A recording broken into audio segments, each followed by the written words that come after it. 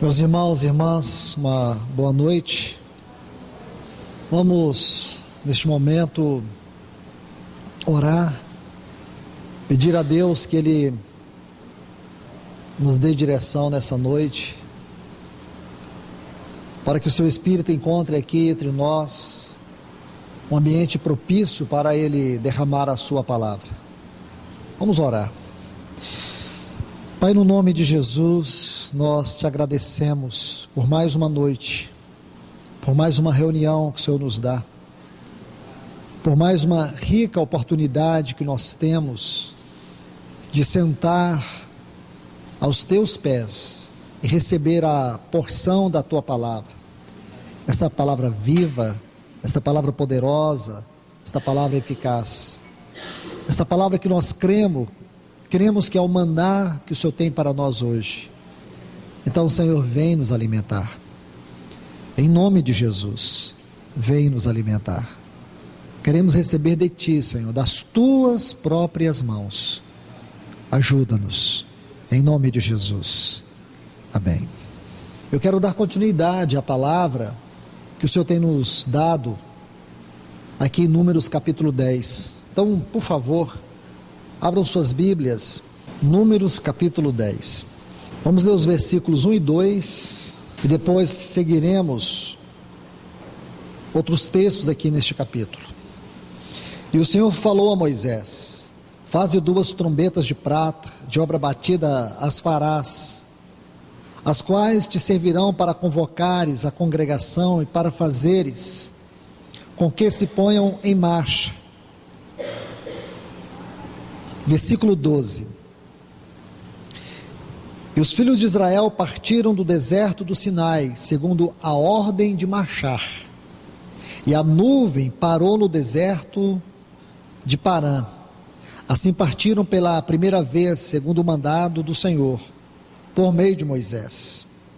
Porque primeiro partiu a bandeira do arraial dos filhos de Judá, segundo os seus exércitos. Vocês vão ver que essa palavra exércitos, nesse capítulo, ocorre 14 vezes. Aí diz, o versículo 33 até o 36, versículos 33 a 36. Assim partiram do monte do Senhor, caminho de 3 dias, e a arca da aliança do Senhor ia diante deles, caminho de 3 dias, para lhes buscar lugar de descanso. E a nuvem do Senhor ia sobre eles, de dia, desde que saíram do arraial. Quando a arca se punha em movimento, Moisés dizia: levanta-te, Senhor, e sejam dissipados os teus inimigos, e fujam de tua presença os que te aborrecem. E quando ela se detinha, dizia: volta-te, Senhor, para os milhares e milhares de Israel. Graças ao Senhor. Esse capítulo é muito precioso, como já lhes disse em outras oportunidades. É um capítulo que estabelece um princípio muito importante na história da peregrinação do povo de Israel. Agora eles estão saindo do Monte Sinai, estão partindo para Canaã. E aqui nós vemos muitos detalhes que têm a ver com a nossa vida cristã, com a nossa vida espiritual, com a nossa jornada, com o nosso chamamento, com a nossa vocação. Porque a igreja do Senhor, ela precisa compreender a sua vocação celestial. Nós fomos chamados, segundo esse capítulo, para ser o exército do Senhor na terra.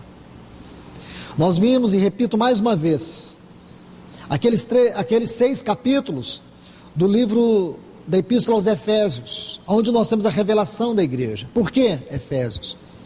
Porque não há outro livro na Bíblia que nos dê detalhes tão grandiosos da mente de Deus acerca da sua igreja, da sua natureza, do seu caráter, do seu chamamento e vocação. Então nós vemos no capítulo 1, a igreja como o corpo de Cristo. Capítulo 2, como a morada de Deus no Espírito, o tabernáculo de Deus no Espírito. O capítulo 3 como o mistério de Cristo. Capítulo 4 como o novo homem da nova criação. O capítulo 5 como a igreja gloriosa. E o capítulo 6 como o exército, como o soldado. Nós vimos isto em todas as palavras passadas. Aqui nós temos 6 revelações da igreja, do seu caráter, da sua natureza e do seu chamamento. Então podemos colocar um tema sobre estes 6 capítulos: a igreja, sua natureza, seu caráter e seu chamamento. Nós podemos ver 6 aspectos disto. Glorioso, não é, irmãos? E é nesse último aspecto, que está no capítulo 6 da Epístola aos Efésios, que nós estamos vendo neste capítulo aqui de Números. Nós estamos vendo a igreja como exército. E por quê, irmãos? Especialmente por conta do contexto que nós estamos vivendo. Esses últimos dias até a volta do nosso Senhor. Nós temos que entender esse detalhe do nosso chamamento. A igreja como exército do Senhor. Como aqueles que foram chamados para marchar. Porque até aqui o povo de Israel havia andado como escravos. Agora Deus chama eles para ser um exército. O exército do Senhor. E como exército do Senhor, eles precisam corresponder ao seu general. Os detalhes que nós vemos nesse capítulo se aplicam muito bem à vida da igreja. Vamos olhar mais uma vez aqui.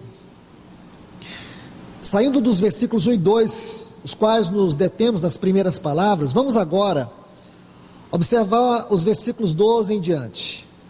E os filhos de Israel partiram do deserto do Sinai, segundo a ordem de marchar. Isto é, a ordem agora é para marchar.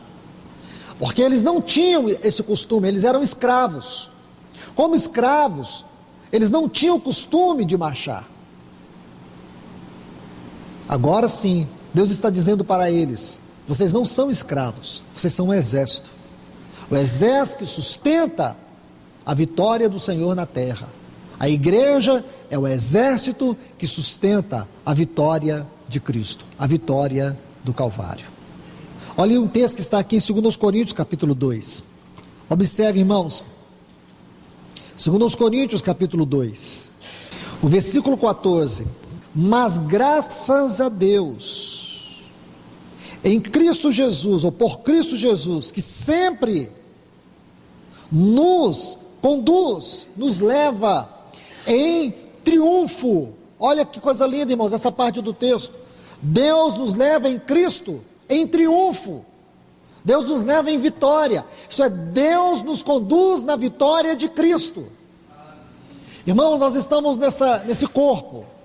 Esse corpo aqui, irmãos, na sua parte biológica, como na sua parte emocional, no seu homem exterior e no seu homem interior, ele é suscetível, todos nós, sem distinção, todos nós, nesse corpo, nós somos suscetíveis a ataques. Nós somos suscetíveis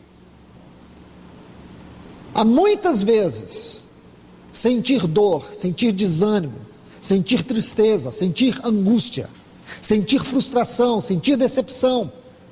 Nós somos suscetíveis, nós somos passíveis disto.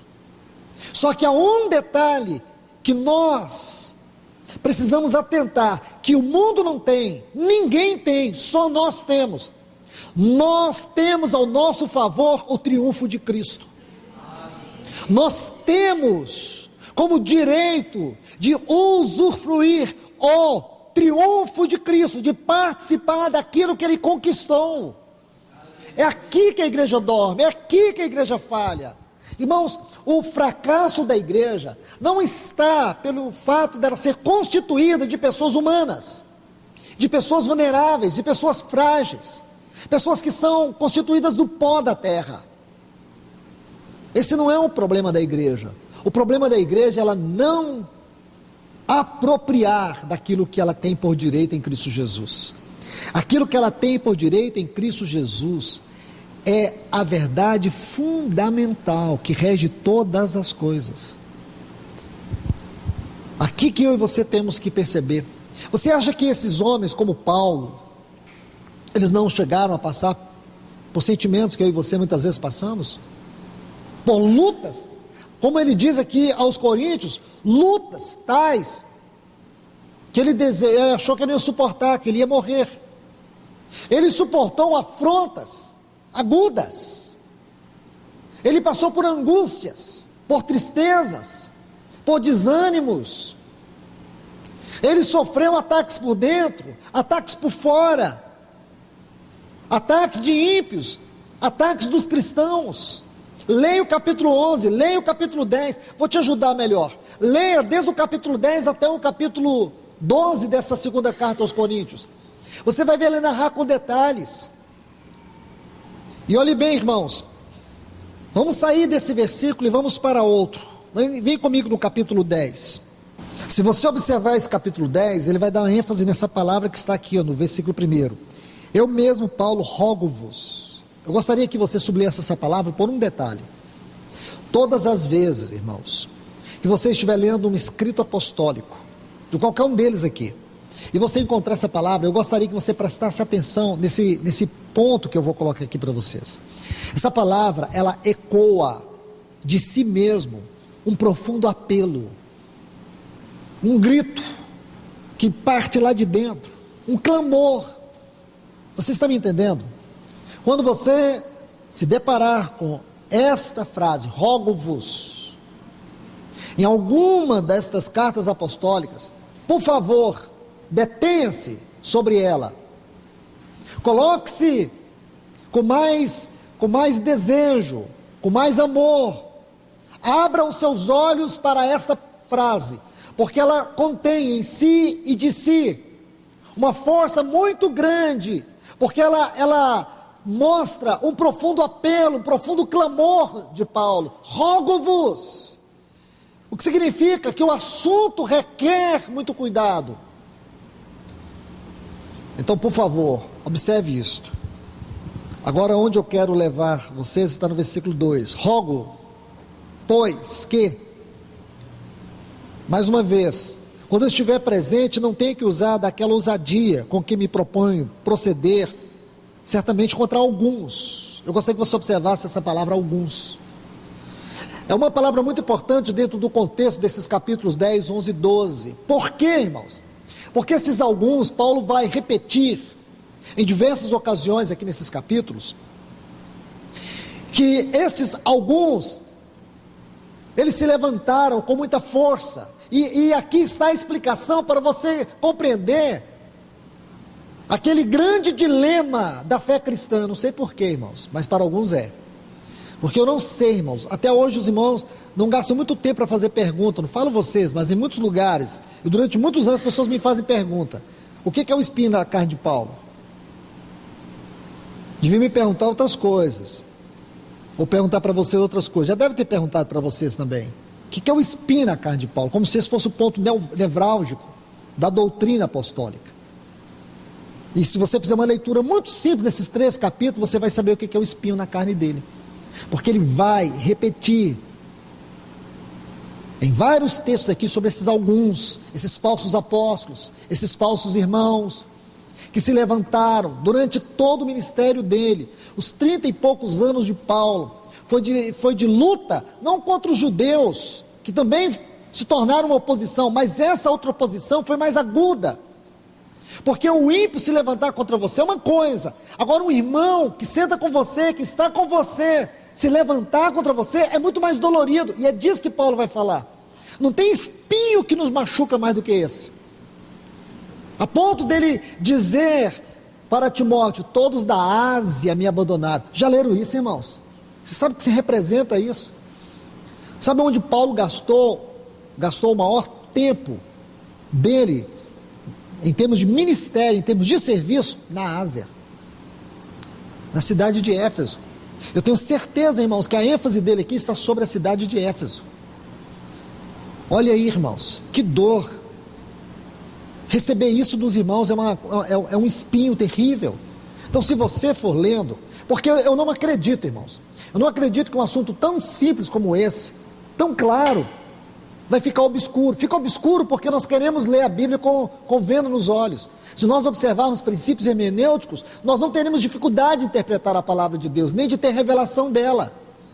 Então, se você for lendo esta porção gloriosa aqui, você vai entender.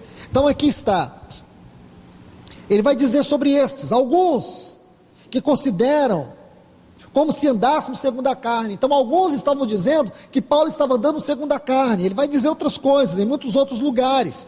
Veja, por exemplo, o versículo 12, porque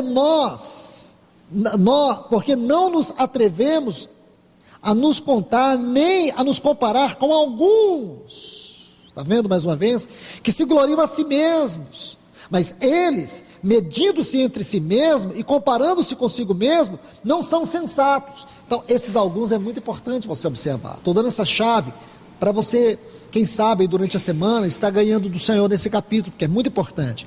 Mas ele diz assim, versículo 3, visto que mesmo andando na carne, não militamos segundo a carne. Aqui está uma diferença. Alguns estavam acusando Paulo de andar na carne. Paulo diz assim, não, eu ando na carne como homem natural, porque como homem natural, todos nós estamos nesse corpo de carne, mas eu não luto na carne. É isso que ele está dizendo. Uma coisa é, todos nós sabemos que estamos no corpo dessa carne, todos nós, somos limitados por esta carne. Agora uma coisa é ser governado por ela. É isso que Paulo está dizendo. Agora o versículo 4, que eu quero que vocês prestem atenção. Porque as armas da nossa milícia não são carnais, mas poderosas em Deus para a destruição de fortaleza. Quero que você observe bem. Uma vez que derribam argumentos e toda altivez que se levanta contra o conhecimento de Deus, e levam cativo todo o pensamento para a obediência de Cristo. Você sabe que lá em Efésios, Paulo diz assim, porque nossa luta não é contra carne e sangue. Temos que tomar essa parte do texto com muito cuidado, porque pode alguém achar que Paulo está dizendo que nós não temos que lutar contra a carne.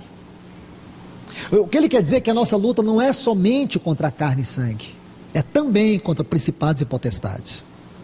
A questão é que aqui no capítulo 10, ele vai dar ênfase sobre a luta contra a carne. E lá no capítulo 6 de Efésios, ele vai falar da luta contra principados e potestades, dominadores e hostes espirituais da maldade. Essa luta aqui tem a ver com o inimigo, que muitas vezes tenta nos atingir na carne. Agora aqueles outros inimigos lá, eles tentam nos atingir por regiões. São principados, são potestades. A atuação é mais ampla. Aqui a atuação é muito pessoal. Estão entendendo, irmãos? O que eu quero dizer para vocês? E depois vocês podem seguir lendo aí até o capítulo 12, vocês vão compreender. É que quando você volta para aquele capítulo 2, versículo 14, ele diz que Deus nos conduz em triunfo, no triunfo de Cristo. Em Cristo Ele nos conduz em triunfo. Olhe bem, irmãos. Mas só que por outro lado, nós sabemos que existem inimigos dentro, existem inimigos fora, existem inimigos que estão na nossa própria carne, inimigos que fazem parte da nossa natureza adâmica caída, e nós não podemos fazer vista grossa a isso, porque não compreender isto, nos torna uma presa vulnerável aos fracassos, às quedas. E aí nós vamos procurar, irmãos, resistir, muitas vezes não conseguimos resistir porque nós já caímos, já falhamos, já fracassamos, porque ignoramos os ardis, as sutilezas de Satanás. Aí, irmãos, vamos colocar um ponto aqui e adicionar dentro dessa sequência o que Deus ganhou em Cristo. Deus apenas em Cristo não nos deu vitória sobre principados, potestades, dominadores e hostes espirituais. Deus em Cristo também nos deu vitória sobre a nossa carne. E como nós vamos saber isso? Lendo o capítulo 6, 7 e 8 da Epístola aos Romanos. No capítulo 6, versículo 4, Paulo vai mostrar a questão de maneira objetiva. Se você observar, a questão aqui é muito objetiva. Mas existe uma realidade subjetiva, quer dizer, consequentemente, existe uma realidade subjetiva. A questão é que nós não andamos, não movemos, nós cremos na doutrina, mas não tornamos a doutrina a nossa prática. Por exemplo, vamos pegar os textos. Romanos 6,6 diz assim: sabei, pois, que foi crucificado com ele o nosso velho homem. Essa frase, velho homem, é a figura da nossa carne.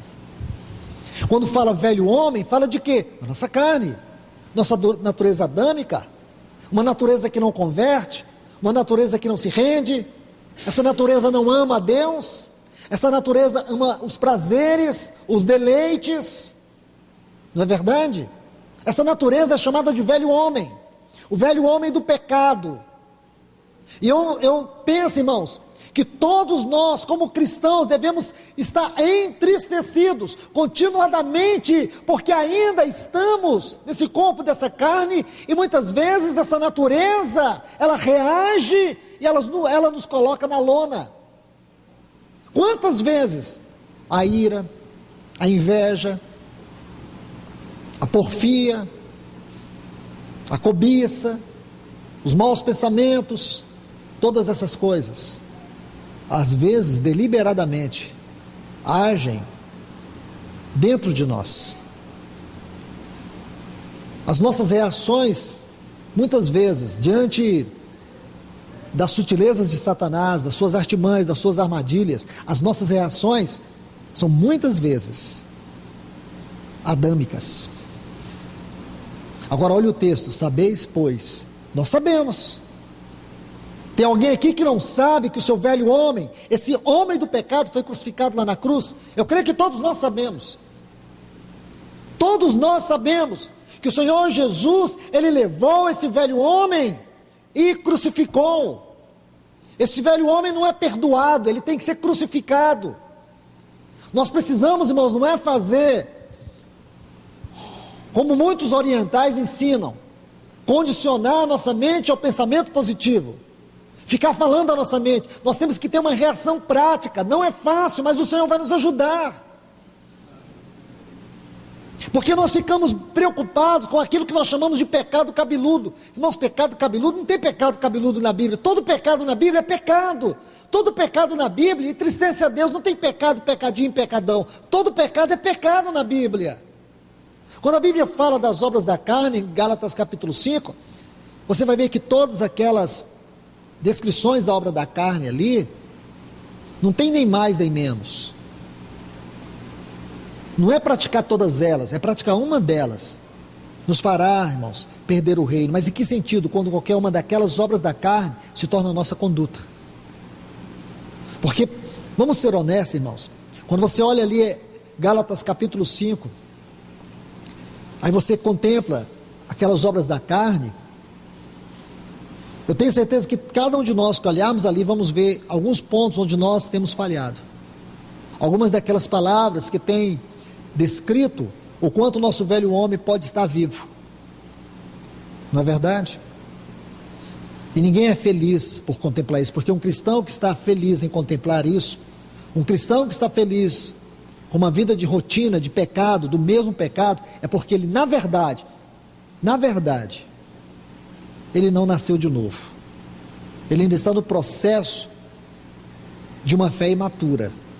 Ele está no processo de gostar do Evangelho. Ele está no processo ainda bem preliminar. Eu creio que esse processo descreve uma pessoa religiosa e não uma pessoa convertida. Porque conversão chama-se novo nascimento. E quando fala de novo nascimento, diz que as coisas velhas, velho homem, todas as coisas velhas já passaram. Mesmo sendo um novo homem, somos suscetíveis a pecar? Sim. Uma coisa, irmãos, é você cometer o pecado. Outra coisa é o pecado ser a sua conduta de vida. A obra da carne ser a sua conduta. Então nós temos que observar isso com muito cuidado. Sabeis, pois, que foi crucificado com ele o nosso velho homem, para que o corpo do pecado, está vendo? Seja destituído, desempregado, e não sirvamos ao pecado. Veja que pecado aqui é singular. Por que é singular? Porque pecado aqui é natureza. Quando fala plural, pecados, são as obras. É como se a palavra pecado definisse uma árvore, e a palavra pecados definisse o fruto dessa árvore. Pecado é natureza, pecados é os frutos dessa natureza. Entende? Então, isto é a carne. Isto é carne, irmãos. Nós não podemos deixar que a nossa alma fique escrava da nossa carne, porque as faculdades da alma, mente, vontade e emoções, quando essas faculdades não estão governadas pela vida do Espírito, inevitavelmente elas estarão governadas pela vida na carne. Compreende? E aqui onde muitas pessoas têm dificuldade em caminhar a vida cristã. Veja que o assunto começa em Gálatas 5,16: andai no Espírito e jamais satisfareis os desejos da carne.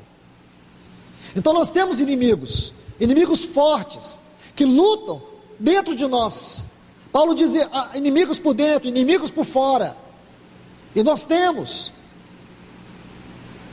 e aqui que nós temos que tomar cuidado, irmãos, e muito cuidado, porque como vamos revestir, como vamos nos vestir, como vamos tomar a armadura de Deus, se por dentro nós não temos como suportar essa armadura de Deus, porque a armadura de Deus é revestida da santidade, da verdade, da justiça.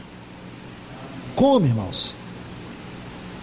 É aqui que nós temos que tomar cuidado, porque isso explica talvez o fato de nós termos perdido a realidade ascensional da nossa vocação.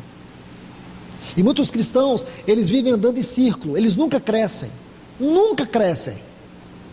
vivem andando em círculo e não ascensional. Nós não fomos chamados para andar em círculo, nós somos chamados para andar de maneira ascensional vocação, ou soberana vocação, como está em Filipenses capítulo 3.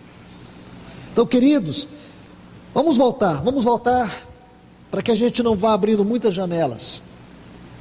Voltemos aqui para Números capítulo 10.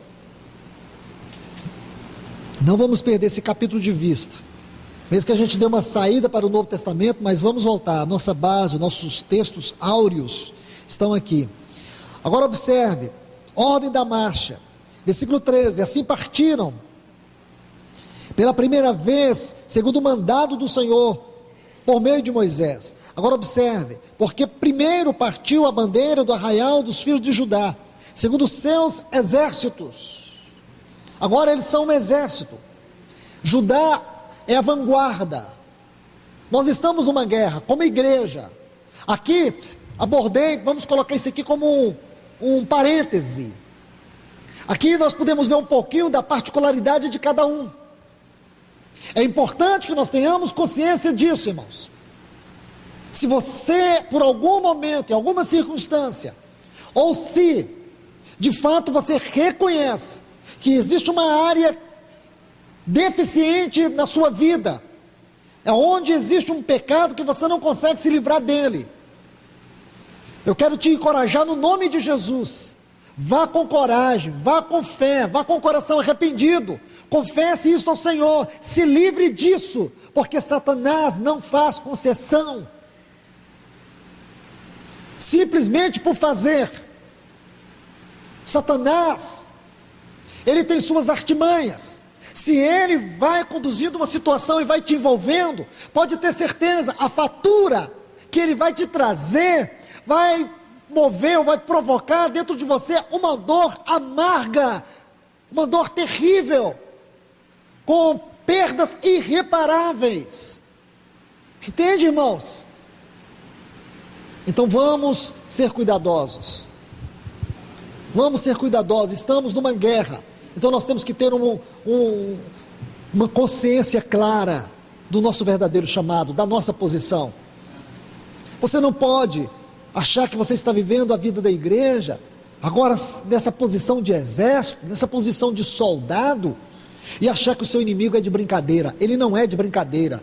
O próprio Senhor Jesus disse que ele veio matar, ele veio roubar e ele veio destruir. Ele não brinca de matar, ele não brinca de roubar, ele não brinca de destruir, ele mata mesmo, ele destrói mesmo, ele rouba mesmo. O que ele tiver de saquear, de mim e de você, ele vai saquear. E quando é que ele vai poder fazer isto? Sabemos, irmãos, que legalmente ele não tem poder para fazer isto. Legalmente Satanás não tem poder de nos matar, não tem poder de roubar e nem tem poder de nos destruir. Ele só pode fazer isso se Deus permitir, com propósito. Agora, irmão, se você der brecha, aí eu sinto muito. Compreende? Ele pode mentir, ele pode nos seduzir, ele pode nos enganar. Aí, se ele, em alguma dessas áreas, onde ele vai mentir, seduzir, enganar, ele conseguir entrar, aí ele vai ter o poder de matar, roubar e destruir. Ele tem poder deliberado com o mundo, mas não tem sobre nós. Então, como que nós podemos fugir disso? Permitindo que Deus nos coloque no triunfo de Cristo. Porque você sabe o que significa o triunfo de Cristo? Eu compartilhei com vocês no estudo passado. Lembra? O Senhor Jesus foi aquele que levou o cativo o cativeiro. Então nós não podemos nos fazer de ignorantes. Sabeis, pois, que foi crucificado com ele o nosso velho homem. Temos que saber. Um texto que está intimamente ligado com isso no capítulo 6 ali, é o versículo 11, do capítulo 6 de Romanos. Considerai-vos mortos para o pecado. Isso é um ato de fé. Não é uma frase que você vai ficar fazendo lavagem cerebral. Não, você tem que dizer isso, afirmar, lutar. Nós temos que lutar. Quando Paulo diz não temos que lutar contra carne e sangue, dá-se a ideia que nós não temos que lutar contra a carne. Não temos que lutar não somente contra carne e sangue, mas contra principados e potestades. Compreende, irmãos? Nossa luta não é somente contra carne e sangue. Existem principados, existem demônios que estão agindo sobre cidades, existem demônios, como ele diz assim, deste mundo tenebroso, principados, potestades, contra esses deuses, esses demônios que atuam neste mundo tenebroso. A frase aqui é descrita por uma palavra no texto original, que significa demônios que atuam dentro do sistema, ou de todo o sistema governamental do mundo. Entende? A palavra aqui é cosmokratos. Cosmokratos. A palavra kratos, força, cosmo, é uma referência ao mundo. É toda a força que governa o mundo, na área da política, da educação, enfim. Tudo isso, irmãos. Você pode ver demônios infiltrados, pervertendo leis, corrupção. E aí vocês sabem descrever muito bem. Então, irmãos, e a igreja? A igreja tem que viver a parte disso. Ela é o exército do Senhor. Ela que tem que trazer a realidade dos céus na terra. Ela é o lugar onde os céus e a terra se encontram. A igreja tem que ser uma resposta viva. Irmãos, lembra quando o Senhor fala sobre a Babilônia lá em Apocalipse, capítulo 17, capítulo 18, é quando diz assim, caiu a Babilônia. Nós sabemos muito bem, irmãos, que essa Babilônia não fala do catolicismo. Essa Babilônia fala do sistema religioso onde o povo de Deus está aprisionado. E você está vendo hoje como o sistema religioso tem sido uma afronta ao evangelho e ao testemunho do Senhor. Como a igreja tem se posicionado nesse mundo, como está descrito lá nesses capítulos 17 e 18, cheia de pompa, misturada com os reis da terra, não é isso? Mas um dia esse sistema religioso vai falir, vai cair, porque vai chegar um momento nessa terra, irmãos, que as trevas vão cobrir esse mundo de tal maneira, a trombeta de Deus vai soar, as trombetas, aliás, não há, as trombetas vão soar, e nós sabemos que muitas coisas vão acontecer. Este sistema religioso defraudado, caído, que está aí, não vai ter resposta para esse mundo. As pessoas com certeza não vão procurar esses lobos que estão pastoreando bodes, porque eles não têm resposta. O evangelho deles da prosperidade não vai trazer resposta para as pessoas. Eles ensinaram elas a afundar as suas raízes neste mundo, enquanto este mundo vai se tornar hostil, muito mais do que é hoje, pernicioso, inseguro, muito mais do que é hoje. E sabe quem é que vai ter a resposta, irmãos? Esse exército do Senhor. Esse exército do Senhor, eles vão vivenciar tudo aquilo que está no Salmo 91. Eles vão estar de pé. Lembra, irmãos, vou te dar um texto aqui para recordar. Apocalipse capítulo 6, versículo 17. Lembra o contexto que começa desde o versículo 12, fala de um grande terremoto que vai ter proporções cósmicas. Então, quando João está descrevendo isso, ele vai dizer que os grandes, os poderosos deste mundo, eles vão sair gritando aos montes, cair sobre nós, livrai-nos da ira de Deus e do Cordeiro. Aí termina com o versículo 17 dizendo assim: e quem estará de pé? Quem vai subsistir? Sabe quem, irmãos? Esse exército do Senhor. Porque lá no Salmo 91 diz: 1000 cairão ao teu lado, 10.000 à tua direita, mas tu não serás atingido. Irmãos, que conteúdo tem esse capítulo 10? Que palavra o Senhor tem para nós? O exército do Senhor. Esse é o nosso chamado. Nós temos que posicionar agora. Nós temos que nos posicionar na palavra, temos que nos posicionar na oração, nós temos que nos posicionar de maneira firmes. Nós não podemos nos deixar levar por nada. Seja o que for, irmãos, nós temos que estar firme. Vou dar um exemplo para vocês. Vem comigo aqui em Atos dos Apóstolos. O capítulo 27, não dá para ler esse capítulo todo, vou tentar parafrasear o máximo possível. Esse capítulo 27, ele vai contar a história aqui de Atos dos Apóstolos, quando Paulo estava sendo levado para Roma. Então Paulo estava preso e estava sendo levado para Roma.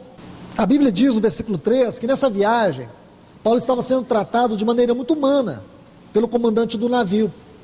Havia um centurião, isto é, sabe quantos soldados provavelmente havia nesse navio? Esse navio tinha 260 e poucas pessoas, 266 pessoas, aí no versículo 37 vai mostrar para vocês. Então, se havia um centurião, provavelmente havia 100 guardas nesse navio, 100 guardas, porque havia muitos presos. E Paulo estava sendo tratado com muita humanidade, a ponto de permitir ele estar com seus amigos e ser atendido por eles. Um detalhe que você vai observar aqui é a maneira como Lucas escreve esse capítulo. Ele vai dizer assim, olha, vou dar um exemplo. Versículo 1, quando se decidiu que navegaríamos, está vendo aqui? Navegaríamos, você vai encontrar muito isso aqui. Versículo 6, embarcou-nos. Versículo 7, navegamos e chegamos, está vendo? Então Lucas, de maneira muito pessoal, descreve isso porque ele estava presente neste barco. Aí diz que eles começaram a enfrentar muita dificuldade na navegação, muita dificuldade que poderia trazer a morte de todos eles. Chegou um momento muito perigoso da viagem, momento de desespero. Nesse momento de desespero, nesse momento de grandes dificuldades, a Bíblia diz assim, versículo 9, que passando muito tempo e sendo já perigosa a navegação, por haver passado já o jejum, já passado a comida do pão, não o partir do pão, mas o tempo do café da manhã, Paulo lhes admoestava dizendo: varões, vejo que a navegação terá muitas perdas e prejuízos, não só a carga do navio, mas também as nossas vidas. Então o que Paulo quer dizer? Vai ter perdas, muitos aqui vão morrer. Olhe bem, irmãos, eu quero que você observe isso. Aí o versículo 11, o centurião dava mais crédito ao comandante, ao mestre do navio, do que ao que Paulo dizia. Ele não se importou com o que Paulo dizia. Aí, versículo 12, sendo o porto inadequado para invernar, a maioria concordou em zarpar e também dali para chegar a Fenícia. Então eles foram embora e pegaram uma grande tempestade, uma terrível tempestade. Versículo 17 diz assim: e aquilo que estava a bordo foi usado como reforço para cingir o navio, e temendo que dessem na Sirte, arriaram-se as velas e ficaram à deriva. Imagina, aquele navio ficou à deriva. Versículo 20, e não aparecendo por muitos dias, nem sol nem estrela, imagine, chuva pesada o tempo todo, assediados por uma grande tempestade, perdemos a esperança de sermos salvos. Agora imagine, navio à deriva, eles não ouviram Paulo, e já fazia muito tempo, versículo 21, que não comiam. Agora Paulo se coloca de pé. Aqui que está o segredo, irmãos. É com esse tipo de gente que Deus conta, entende?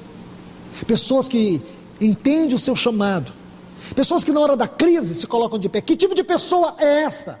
Você não pode dizer, esse tipo de pessoa é Paulo. Não é. Esse tipo de pessoa deve ser eu e você. Paulo aqui não é melhor do que eu e você, entende, irmãos? Não podemos ver assim, porque o que Paulo tem, nós também temos. Tudo que ele por direito apropriou em Cristo, é o que eu e você também por direito temos que apropriar. Entende? A questão é que num momento como esse, nós perdemos o controle, nós naufragamos da fé, porque não discernimos, deixamos que o inimigo conduzisse todas as coisas, ficamos à deriva em muitas situações de crise, seja como for, aonde for, seja de doença, seja emocional, seja no casamento, seja no trabalho, seja financeira, seja onde for. Meus irmãos, se nós nos encontrarmos à deriva numa situação dessas, eu quero te falar, veja que a posição de Paulo deve ser a minha, deve ser a tua. Entende? Aí, Paulo se colocou de pé, e no meio deles disse: deveis, ó varões, ter me ouvido, e não zarpar de Creta, tão somente para receber este prejuízo e perda. Mas agora vos exorto a ter bom ânimo, pois nenhuma vida se perderá. Antes ele disse, vai ter perdas de vida. Agora ele com convicção diz, não vamos perder nenhuma vida. Sabe o que é isso, irmãos? Pessoas que têm fé. Porque não adianta você dizer que você está nessa batalha, não adianta você dizer que vive a vida cristã se você não tem fé. A nossa fé, ela é provada a todo tempo, a nossa fé é provada toda hora. Por isso que a batalha que nós estamos batalhando, como diz Paulo, combate o bom combate da fé, porque todas as lutas que nós enfrentamos é o combate da fé. Se você não tem fé, se você não crê, então você retrocede. Deixe-me colocar um texto, eu vou abrir a janela, mas eu prometo, eu vou fechar e a gente volta para cá, mas deixe-me abrir uma janela aqui. Vem comigo em Hebreus capítulo 10, versículos 38 e 39, olha o que diz: mas o justo viverá pela fé. Viverá. Ele não está falando da fé no sentido objetivo, ele está falando no sentido de experiência. Ele quer dizer que toda a nossa vida cristã tem que ser vivida pela fé. Tudo na vida cristã envolve fé. Fé, a tradução dessa palavra é muito rica, mas nós podemos colocar aqui o sentido da palavra crer. Crer fala de união. Uma pessoa que tem fé é uma pessoa que está unida a Deus. Aí diz assim, porque a palavra crer e fé são sinônimos no texto original.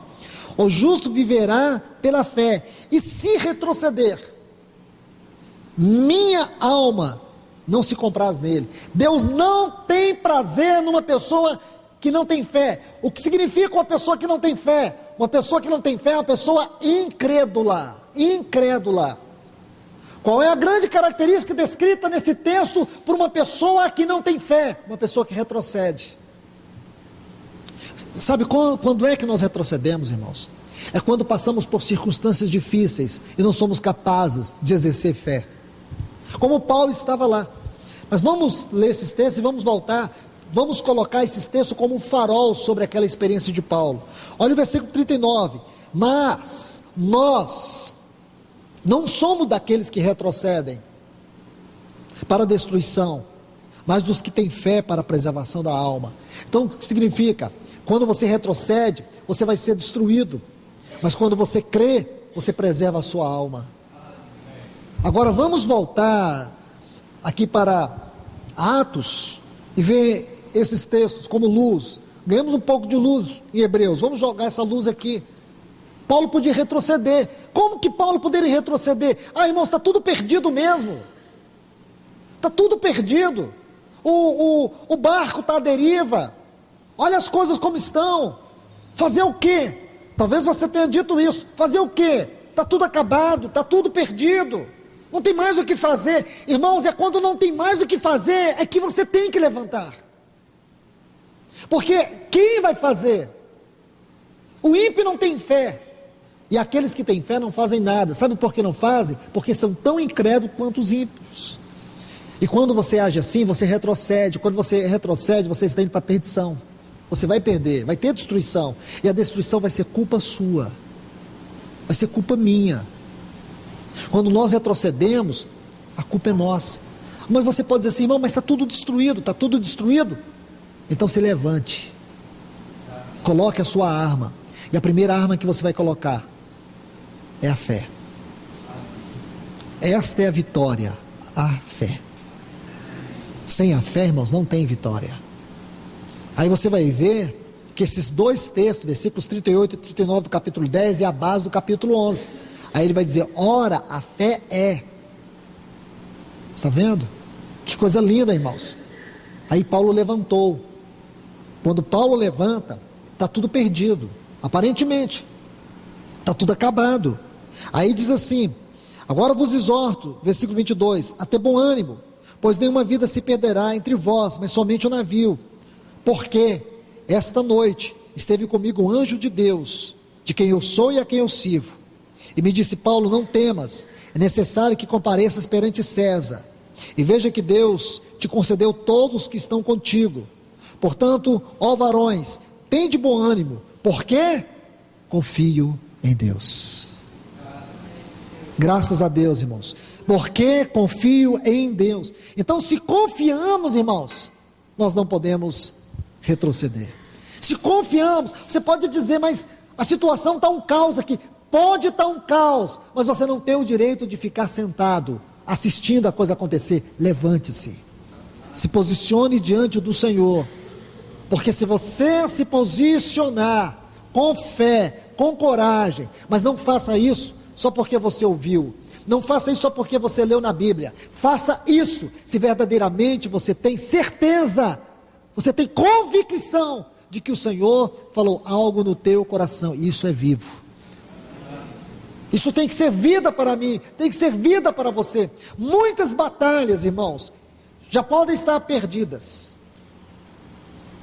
Muitas das lutas que nós estamos enfrentando podem estar perdidas. Mas eu quero te falar que mesmo que esteja perdida, se você se levantar, o Senhor vai reverter a situação.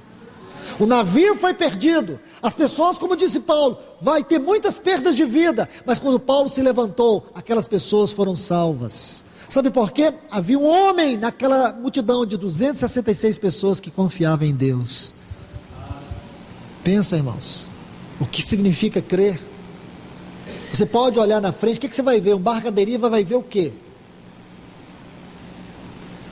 Eles não tinham sol, estava coberto por vários dias de nuvens pesadas. Que situação foi aquela? Mas aquela situação pôde ser mudada, porque tinha um homem que estava marchando, que resolveu, se posicionou. Então eu quero te falar, não perca a visão de que você faz parte desse exército de Deus. Não perca. Se você perder isso de vista, acabou. Você vai entregar a chave, a autoridade para que Satanás tripudie.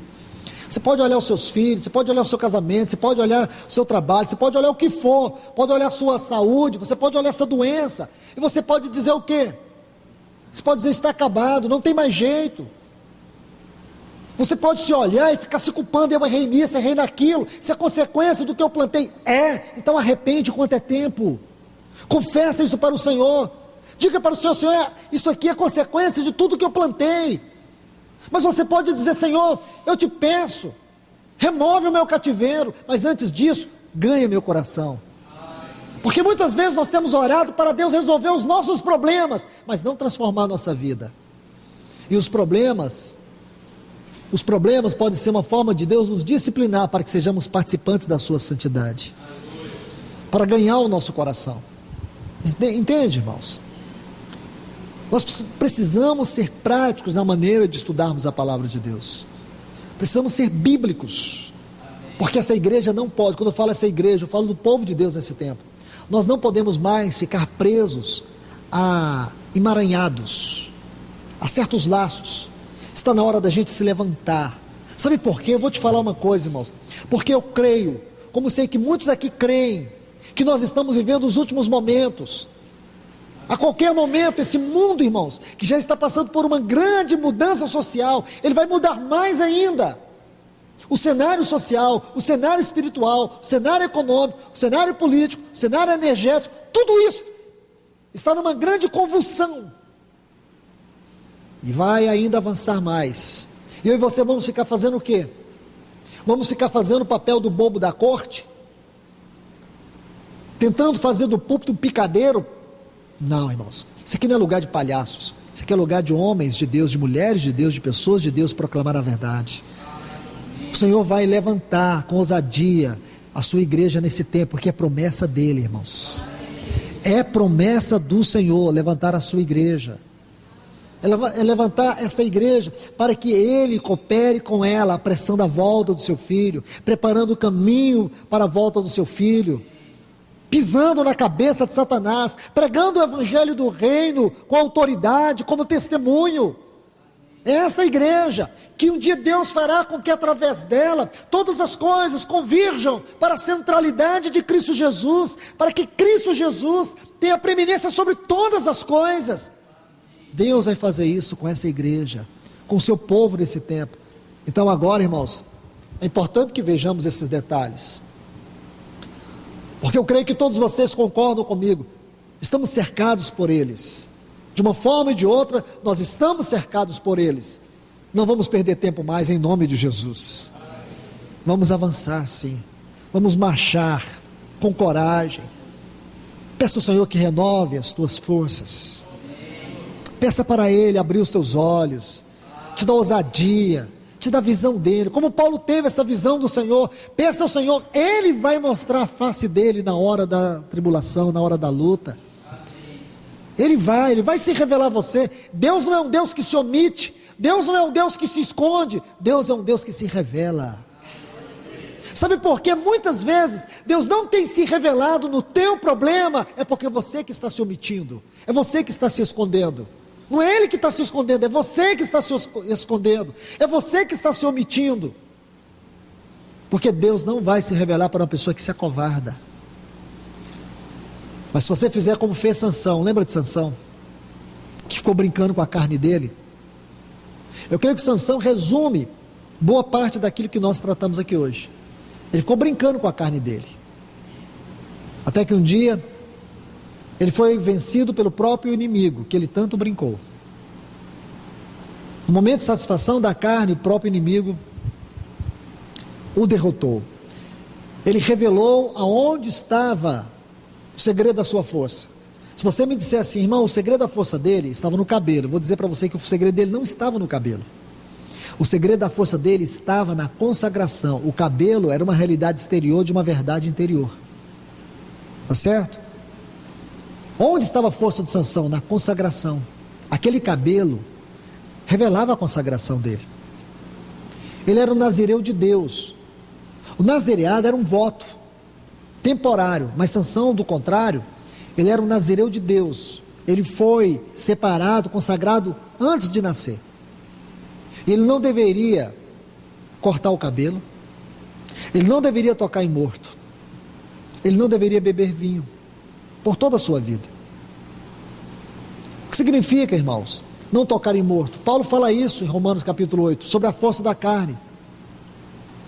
O pendor da carne dá para a morte, a força da carne é para a morte. Então, Sansão não podia tocar o morto, porque o salário do pecado é a morte. Outra coisa, não devia beber vinho. O vinho tem, dentro da tipologia,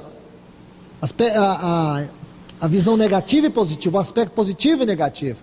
Quanto ao aspecto positivo, ele nos fala do sangue de Cristo, mas quanto ao aspecto negativo, nos fala do gozo deste mundo. O gozo de Sansão deveria ser o Senhor e nunca o mundo. Ele nunca deveria buscar satisfação para a sua carne nos prazeres deste mundo. Foi o que ele fez. A Bíblia fala que é desonroso para o homem ter cabelo comprido.